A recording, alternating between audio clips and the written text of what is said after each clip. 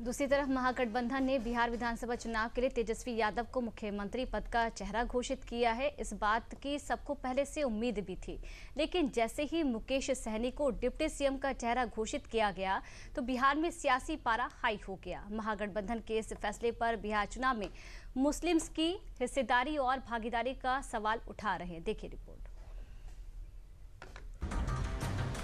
सियासी दल जिन वोटरों के सहारे सत्ता का रास्ता तलाशते हैं, अब उन्हीं वोटरों की सियासी हिस्सेदारी को दरकिनार कर दिया जाए तो फिर नियत पर सवाल उठते हैं।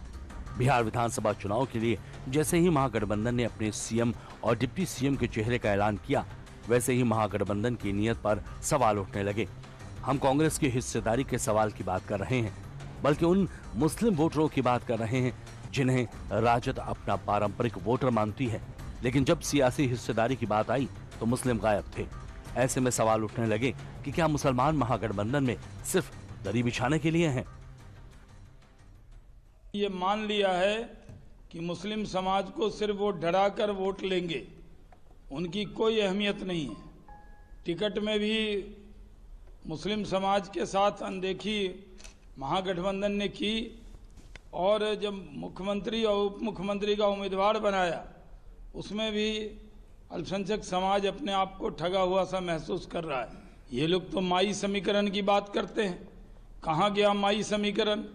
अब तो मुकेश सहनी और तेजस्वी यादव खुद अपने नाम का ऐलान कर बैठे और उसके बाद पूरे उनके वोट बैंक में बहुत ज़बरदस्त निराशा है। अब इस चुनाव में जो उनका वोट बैंक है वो उनको मिलने वाला नहीं है, क्योंकि सबका साथ, सबका विकास, सबके विश्वास के रास्ते पर हम लोग चुनाव के मैदान में हैं।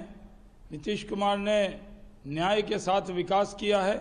हम लोगों ने कोई भी योजना चलाई है उसमें कोई भेदभाव नहीं किया है, सबको एक नज़र एक निगाह से देखने का काम किया। ये सवाल यूं ही नहीं उठ रहे हैं। बिहार चुनाव में वाइल्ड कार्ड एंट्री मारने वाले असदुद्दीन ओवैसी भी ये सवाल पहले कर चुके हैं। लेकिन जब महागठबंधन के सीएम और डिप्टी सीएम के चेहरे के ऐलान के बाद इस सवाल को और तार्किक कर दिया गया। अब जरा इन आंकड़ों पर नजर डाल लीजिए। बिहार में यादव समाज की आबादी करीब 13% है और महागठबंधन ने यादव समाज से आने वाले तेजस्वी यादव को सीएम का चेहरा घोषित किया है। वहीं मुकेश सहनी यानी जिनको डिप्टी सीएम घोषित किया गया है, वो सहनी समाज से आते हैं जिनकी आबादी लगभग 2% है। लेकिन बिहार में 18% मुस्लिम आबादी के बावजूद मुसलमानों को सत्ता की भागीदारी से अब तक वंचित रखा गया है। केंद्रीय मंत्री चिराग पासवान ने विपक्षी गठबंधन पर मुसलमानों को सिर्फ वोट बैंक की तरह इस्तेमाल करने का आरोप लगाया है और 2% सहनी का, 18% मुस्लिम का। दिक्कत तो यही है ना कि इनको सिर्फ वोट बैंक बना के रखना है। ऐसे समुदाय को मुसलमानों की बात करेंगे, पर जब रिप्रेजेंटेशन की बात आएगी तो रिप्रेजेंटेशन देंगे नहीं। उनको डरा के, धमका के अपने साथ वोट बैंक रखना चाहेंगे।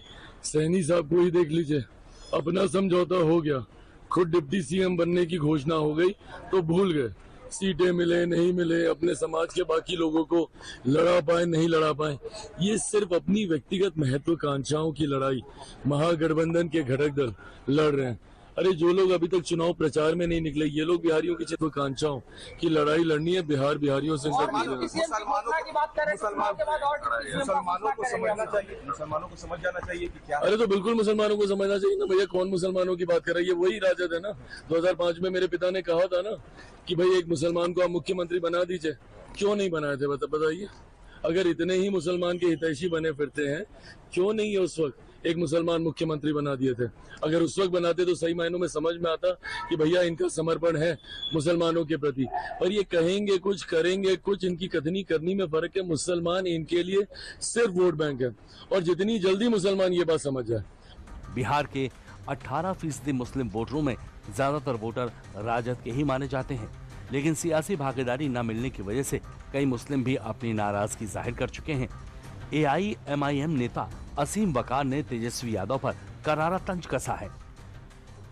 13% वाले यादव जी 4% वालों से कह रहे हैं कि तुम हमको वोट दो, हमें मुख्यमंत्री बनाओ, हम तुम्हें डिप्टी सीएम बना देंगे। 2% वालों से भी कह रहे हैं कि हमको वोट दो, हम तुम्हें डिप्टी सीएम बना देंगे। 6% वालों से भी कह रहे हैं कि तुम हमें वोट दो, हम तुम्हें डिप्टी सीएम बना देंगे। और वही 13% वाले यादव जी 18% मुसलमानों से कह रहे हैं कि तुम हमको वोट दो, हम तुमको बीजेपी से बचा लेंगे। यादव जी, अब आप हमें ना बचाइए, दरअसल अब हम आपको बचाएंगे। और अगर आपको खुद बचना है और मुख्यमंत्री बनना है तो आपको 18% मुसलमानों को डिप्टी सीएम बनाना पड़ेगा। हम मुसलमानों को अकल आ गई है। हालांकि इन तमाम विरोध के बावजूद भी राजद को लगता है कि मुसलमान वोटर कहीं नहीं जाने वाला। राजद को ये भी लगता है कि मुस्लिम डिप्टी सीएम का ऐलान बहुत सारे बहुसंख्यक मतों से हाथ धोने का कारण बन सकता है। ऐसे में आखिर मुस्लिम चेहरे को आगे क्यों रखा जाए? लेकिन इससे बचने के लिए महागठबंधन ने जो फैसला लिया है वो दो धारी तलवार साबित हो सकता है।